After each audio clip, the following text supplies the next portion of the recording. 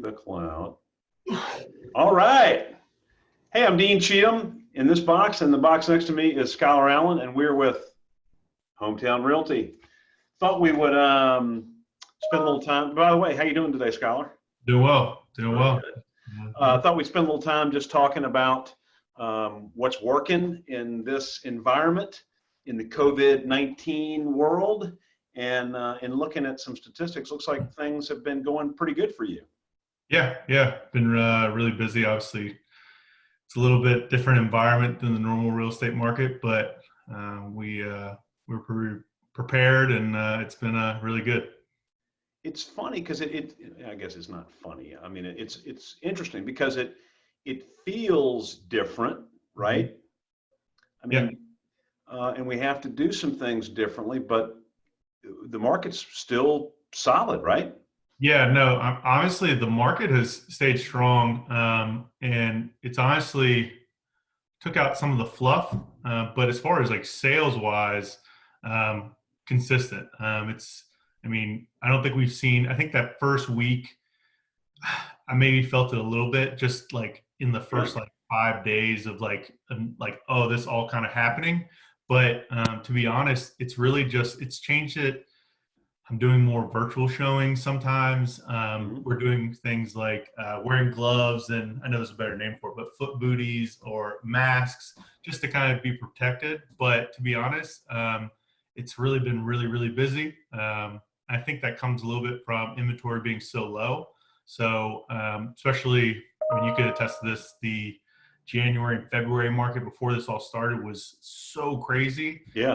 I think a lot of people missed out on homes and are still kind of, obviously being protected, but using this opportunity to try to jump on some other homes. Yeah, that's a good summary of what's happening. And like I said, it feels different, but the numbers are good. And if you look at the statistics, like the 7-day statistics, it's like 660 pendings or something in the last 7 days. So that's sort of crazy. Throughout. Let's see if we can maybe change this view here to, I don't know if that's better or worse. You probably didn't change anything for you, did it? No. But anyway, maybe for people that are watching at home. So let's get down to the nitty gritty. So you have been able to keep selling houses, right? Yes, correct. And what have you been doing differently? Not the gloves and the booties and the mask and all that. You probably need an extra large mask for that mug. And then, yeah, me too. Yeah. And then, but like, how are you getting clients now? Have you changed your methods at all? I think I've taken out some methods that obviously the open house isn't really a realistic situation, which is a huge part of my business, of how I grew my business. Obviously that's not even part of it. I think obviously everybody's at home, sitting, probably just watching Netflix, hanging out, or looking on Zillow, looking on these other realtor sites. Yeah. So I've been taking the opportunity even more so, and had a lot of success with just doing the same things I've been doing, is the calls, pop buys. I didn't do it as much in the very first weeks because I just felt, well, I didn't want to be insensitive, Yeah. But I've been doing a lot of pop buys, even if just, hey, I'm outside, I left something on your front porch, whether it's like a Yeti cup. I've done left some personal protection stuff and some other things like that, some umbrellas and whatnot. Been doing a lot of that. But it's really consistently trying to write and call and stay consistent with my database. Has been, it's very simple. It's not like it's like this crazy method that we've unheard of, but that has been really successful, even more so now than in the past. I've had some people that, are feeling out the climates of everything and want to wait a little bit, but for the most part, people have leases ending and people have planned for this. And with inventory, like I said, being low, it's something that people are just like, look, I feel confident in you. And that, I think that comes with me throughout my career, staying in contact with my COI, my center of influence, and them having confidence in me to trust my opinion. And it's really been working out. How long have you been in the business? I can't remember. It'll be 5 years, I believe. 5 years. Nice. So yeah, it's not too long, but I can really start to feel the change. I mean, gosh, in the last 6 months, since like late fall to now, has just been a complete 360. So a lot of times that's about, year, say 3.5 and then 4 and then really 5 is when all that effort of the building the database, really you start to see the results. The ball starts rolling by itself a little bit then, doesn't it? Yeah, 100%. And if I had, well, I guess I do have boards, but I could like literally draw and show you like my sales statistics and my, like what I've been doing in the plateaus from when I hit my 3-year, there's a huge jump. And then when I hit to this year being my 5th year, another plateau that I've hit that I guess after like 3 years is when it really like I was consistently doing business and working with a lot of buyers and doing some sellers as well, and really growing my COI and working by referral and picking up other stuff from whether it's mailers or open houses to now 5 years where my business has transitioned to where you'll hear in classes and everything that if you want to stay in this business long term, you have to be a listing agent. Well, my business has transformed into that to where I probably listed more houses in the first quarter than I listed all of last year. And so that's been a huge piece. Obviously, I still work with buyers. I still love working with buyers. I'm very passionate about it, but it's been a really great thing to transition my business into a considerable amount more listings that have really skyrocketed my sales. Yeah, that's awesome. So you mentioned the pop buys and you mentioned calling people on the phone, and you're not doing the open houses like you said, but all these activities that you've been doing to keep generating business in this weird COVID-19 world. Yeah. Do you schedule that, or do you just wing it? I mean, how do you make sure that those things get done? Yeah. So we've honestly, and like I said, I mentioned this, but like social media has been a big part too. Obviously, same thing as looking at Zillow and social media. That's been a huge piece because people are just on it all the time.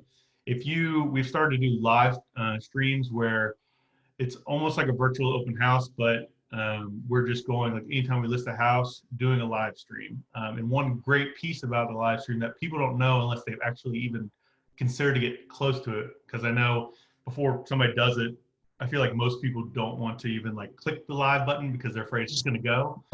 Well, if you do click it, it does have another button you have to click to go live, but you can click it and it'll show you how many people are on that app at a given time. So if you click on live on Facebook, and it'll say, oh, there are 350 people that are looking at their Facebook app as we speak, okay? And that's a huge piece of it, because you can do the same thing with Instagram and some of these other platforms, but Instagram and Facebook are the two that we've been using a lot. And it's obviously you go on there, and if you're going out to a house or whatnot, you try to look. I've been looking throughout the day to see what the best times are during the day to try to do that. And sometimes the luck of the draw, but if you're gonna do a live chat, say at your desk and where you're giving information, market stats on real estate, that's a great thing to look at because, there's literally 50 people on here right now. That's a good amount of people, but not enough. Wait an hour or two will be 300 and something people. And in today's world, there's more people doing that during the day than there would be if everybody was at their normal job, Yeah. I mean, everybody's just sitting around looking at their phones, whatnot. And right. One of the great also pieces, even if they're not on the app, I mean, if you've ever obviously we all have Facebook and most of us have Instagram, it notifies you if a friend is going live. So yes, you have those where you can see who's actually on the app looking at it, but you also, a lot of other people can get on if they see that you're getting on live stream. Nice. So back to the scheduling part. So how do you, I've seen myself and other people, everybody wants to do the things, and then not many people don't know that they shouldn't be talking to people and going by and seeing them or whatever else, but not many people get those things done. You've seen that, right? I mean, yes. the what do they say? The road to hell is paved with good intentions. Yeah. So how do you make sure that these things are getting done? Are they in your schedule? What's your secret for getting it done? Yeah, so I try to, and that's, I mean, I'll be completely transparent. That is the piece that is always, uh, that I'm always working on, is sticking to a schedule, sticking to trying to get stuff in my schedule. I tell everybody this, but if it's not in my schedule, it fairly rarely is it going to happen. Yeah. And so if it's not in my schedule, yeah, it's a crapshoot. So me actually putting everything into my schedule, even if it's an hour time block to make calls to my COI, is a huge piece. It's something I've learned from talking to other agents. It's one thing I like to do is try to pick from other people's games. Everybody sells in a different way, but taking what I like from other people's businesses has really helped me. And that's one thing I know personally that I have struggled with in the past is scheduling. And it's really, I've gotten a lot better at it in the last 8 months to a year. And it's really catapulted me, and it really just sticks to, I mean, I've used apps. I have apps like Remind Me apps or to-do list apps, but I mean, even the most simplest, just putting in your calendar, putting your Outlook, and then putting a notification with it so that it's actually in there and it's reminding you is my biggest thing. And I think it's helped me tremendously. And it's one of the things we all know we should do it, but hearing it from other agents that have been successful has really helped as well. Yeah, Mike tells me that he'll come by and you will have locked yourself in your little room there. Yeah. And just making calls and doing what you need to do. Yeah. I know there's a lot of different ways people sell, and a lot of people can work from home. I know myself. I can do some work from home, but I need to be in the office. I shut my door. I have like a sign on the door that says "Do not disturb." Calls going on, and Right. I have like a stand-up desk back here that I stand up at if I need to, and just pace and make my calls. And it's what I need to get it done. But it starts with having it on my schedule. Shut the door. Nobody bug me, because you know how to. I mean, I love to help people. I love to. Sure. Yeah. I talk to people about anything. If I don't shut my door, people will walk in and just kind of get me off task. So. Yeah, and there's time for that, but you got to make time for yourself so that you can find the success that you will want to share with other people, right? Correct. That's good. That's good. Do you remember what it was like when you were brand new in the business? Can you remember those days? I do. Very vividly. Well, I have a surprise guest question asker, guy that has just started in the business, who I've been working with a little bit today. His name is Peter Sutphin. I'm going to bring him in here live and surprise you with a couple of questions and because I'm sure some of the other folks that are watching this are just starting out. So I thought it'd be interesting the perspective of, sort of what Peter would ask you as a guy who's, over that first hump and really starting to find some success. So hold on, I got to go open my door and let him come in here. Okay. Ladies and gentlemen, Mr. Peter Sutphin is coming this way as Skyler chugs another straight vodka shot. So anyway, get ready. Here he comes. Stand right there, Peter. Skyler, Peter. What's up, man? Get over in front of you. All right, What kind of questions do you have for my man Skyler? All right. So, for a new agent, what would be the best thing to do, and what would be the worst thing to do as a new agent? I mean, I'm brand spanking new. So, the best thing. So, obviously this is a different climate than we normally are in. Normally I tell brand new agents, open houses. That is the best way to grow your center of influence. I know me and a lot of other people, you obviously have your database, I'm sure somebody's talked to you about it, getting those numbers, your contact list of friends, family, acquaintances, and getting their information and following up with them, because you might have a list, but until you've asked them the mayor campaign, you really don't know if you have anybody. You'd be surprised how many people have a friend of a friend who sells real estate. And so what I tell you is open houses are huge. Right now, obviously, we can't do that. I think the number one thing with anything, and it sounds very obvious, but call every single person in your COI and ask them, are you the person that they would refer to if they talk to somebody, or if them themselves were going to buy or sell real estate? And having that yes or no answer, not assuming, I don't care if it's a first on, asking is going to be huge. Okay. And obviously letting them know that you've gotten into real estate, that this is how you want to run your business by referral, and you'd really appreciate having their support. One thing that I leaned on when I was first in business, I was on the Mike Chenault group, and I still am. But one thing I leaned on there, I don't know if you're on a team, but you do have experienced agents like Dean in your office. And something I used is, because obviously it comes up, you're young, you're new, you don't really know too much about real estate. And so what I told people is, look, I'm hungry. I want to be successful. I don't have as much on my plate, so I can give you way more attention. But I have somebody like, in my case, Mike Chenault, but in your case, maybe Dean Cheatham or whoever, if you're on somebody's team, to back me up. And he has, 25 years plus of real estate experience.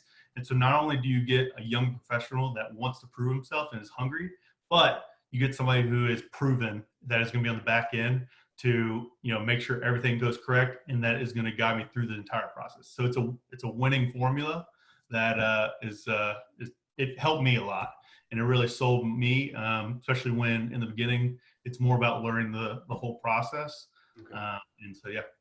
Awesome. Well, that was very, very helpful. And I got one more actually. If you could go back and talk to yourself when you were a new agent, what would you tell yourself? Anything different than what if you could just go back and do things differently, would you do anything differently, or would you just? Yeah. So I felt like I did a lot of things that I was told to do and supposed to do, but some of it I could have done more to the fullest of my capabilities. It's very easy and very, just like the kind of things that you're going to be told through classes or through, I don't know, if you go to any of these events or anything like that. It's just doing the easy things: calls, notes, pop buys, actually calling all the people in your COI, and then staying consistent with it. I wish I would have, and I talked to Dean, recently, as in the last year, I've gotten really, really into like trying to get my schedule correct. Well, I wish I would have done that, 4 years earlier, because that is something that I struggled with. But it's one thing I think a lot of real estate agents struggle with, because one of the great things in this business is you create your own schedule. If you don't want to work on a Monday because you don't feel well, because you drank too much on a Sunday watching football, you don't have to. But it's also the thing that kills everybody in this business. Okay. So, having that schedule to, stick to, and, however much success you want in this business, how much the time and effort you want to put into it. And that's a huge piece of it. So awesome. Well, that's all very good advice, and hopefully we can meet soon, and not virtually. I do appreciate the help, Skyler. And yeah, man, good luck. You can break up one of the Sundays. Yeah. Have a couple sides or something. Yeah, that sounds like a plan. Get out here and go to work. All right. See y'all. All right.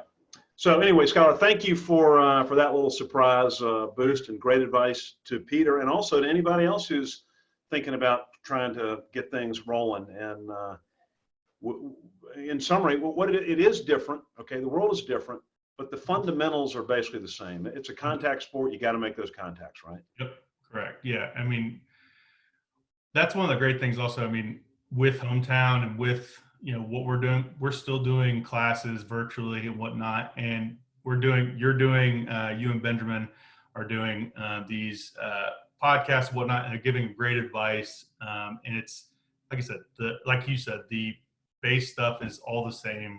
It's just kind of working around the weird things of what's going on right now to get everything done. And I think y'all are doing a really great job with that. Awesome. Well, I'm real proud of you and proud of your success, and can't wait to see where the Skyler Allen world goes in real estate. I know it's going to be great. Thanks for your time today. I'll get going, and thanks for anybody who's watching. I'm sure, unless Skyler's got his sign on his door, I'm sure he would, be willing to share some ideas and hear your story and try to help you out, because that's what we do at Hometown. It's, it's treat people the way you want to be treated. There he is. His number is right there.